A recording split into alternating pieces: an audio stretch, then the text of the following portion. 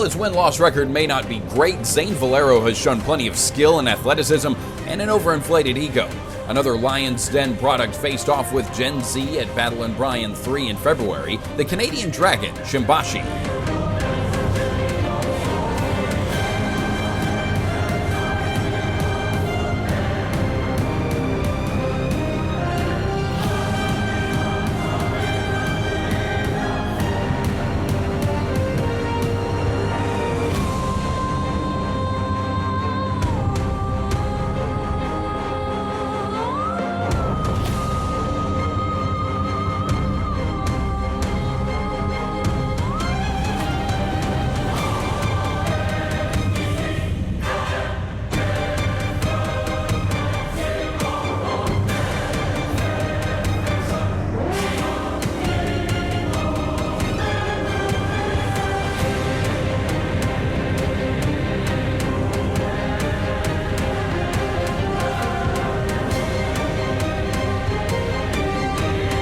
Valero's growing strength was neutralized in part by Shimbashi targeting the teen's arm.